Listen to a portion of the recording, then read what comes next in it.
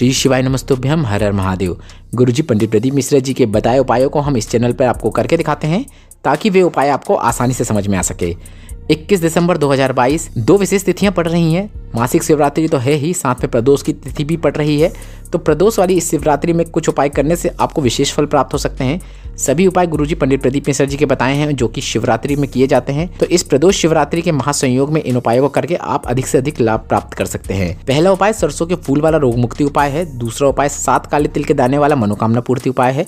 तीसरा उपाय देसी गाय के घी का गृह क्लेश दूर करने वाला उपाय है। चौथा उपाय लौंग वाला कर्जा मुक्ति उपाय है। पांचवा उपाय धतूरे वाला रोग मुक्ति उपाय है। छठवां उपाय नौकरी प्राप्ति शीघ्र विवाह के लिए महा उपाय है। सातवां उपाय हरिओम जल वाला संतान प्राप्ति रोग मुक्ति और नौकरी प्राप्ति वाला उपाय है। बढ़ते हैं पहले उपाय की ओर। 21 दिसंबर मासिक शिवरात्रि में आपको रोग मुक्ति के लिए सरसों के फूल को शिवलिंग पर अर्पित करना है। आप यह उपाय सुबह या शाम कभी भी कर सकते हैं।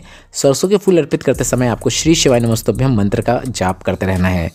बढ़ते हैं दूसरे उपाय की ओर। शिवरात्रि में किया जाने वाला सबसे अच्छा मनोकामना पूर्ति उपाय है 7 काले तिल के दाने और 1 काली मिर्च वाला उपाय। आपको 7 काले तिल के दाने और 1 काली मिर्च को लेकर अपने हाथ में रखते हुए अपनी मनोकामना भोलेनाथ से बोलते हुए 7 काले तिल के दाने और 1 काली मिर्च को शिवलिंग के ऊपर अर्पित कर देना है। 21 दिसंबर की प्रदोष शिवरात्रि में आपको इस अचूक उपाय को करना ही है। मनोकामना बोलने के पहले और मनोकामना बोलने के बाद श्री शिवाय नमस्तुभ्यम मंत्र जरूर बोलें। बढ़ते हैं शिवरात्रि के तीसरे उपाय की ओर। घर में बहुत लड़ाइयाँ होती हों, गृह क्लेश का माहौल बना रहता हो तो आपको भोलेनाथ के मंदिर में जाकर माता अशोक सुंदरी के स्थान पर देसी घी का लेपन करना है। माता अशोक सुंदरी के स्थान पर घी का लेपन करने के बाद आपको वहीं से थोड़ा सा घी प्राप्त कर लेना है।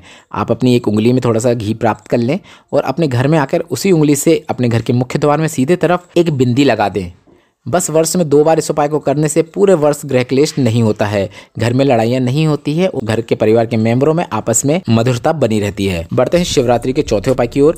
अगर कर्जा बढ़ते ही चले जा रहा है तो आपको कर्जा मुक्ति विशेष उपाय करना है जो गुरुजी ने हाल ही में ताप्ती शिव महापुराण कथा में बताया था। यह उपाय आप 2 तरीके से कर सकते हैं। पहला तरीका तो यह है, आप सुबह एक कलश में जल भर लें और इस जल कलश के अंदर आप एक लौंग को डाल दें और इस लौंग वाले जल को वट वृक्ष के नीचे वटकेश्वर महादेव का नाम लेते हुए अर्पित कर दें। बस इतना ही करना है। और दूसरा तरीका यह है, आप शाम के समय वट वृक्ष के नीचे जाएं, एक घी का दीपक प्रज्वलित करें। इस घी के दीपक में आपको गोलबाती का उपयोग करना है और इसके बाद आप एक लौंग वट वृक्ष के नीचे वटकेश्वर महादेव का नाम लेते हुए अर्पित कर दें। बस इतना ही करना है। दोनों में से कोई भी एक तरीके से आप यह उपाय कर सकते हैं। बड़े से बड़ा कर्जा हो चुकना शुरू हो जाता है। इस मासिक शिवरात्रि के शुभ अवसर पर आप यह उपाय जरूर करें। बढ़ते हैं 5वें उपाय की ओर। रोग मुक्ति के लिए आपको शिवलिंग पर एक धतूरा अर्पित करना है, पर धतूरा आपको ऐसे अर्पित करना है कि धतूरे की डंडी आपके विपरीत ओर हो। इसके बाद इसी धतूरे के ऊपर आपको एक कलश जल अर्पित कर देना है। बस इतना ही करना है। धतूरे में जल अर्पित करने के बाद आपको उस जल का आचमन नहीं करना है। बढ़ते हैं 6वें उपाय की ओर। गुरुजी ने बताया है, अगर कोई एग्जाम में जाने वाले हो, इंटरव्यू में निकलने वाले हो या फिर आपकी कोई मनोकामना हो जो आप भोलेनाथ तक पहुंचाना चाहते हो तो इसके लिए आपको बेलपत्र की बीच वाली पत्ती में शहद लगाकर इस बेलपत्र को शिवलिंग पर चिपका देना है। बस इतना ही करना है।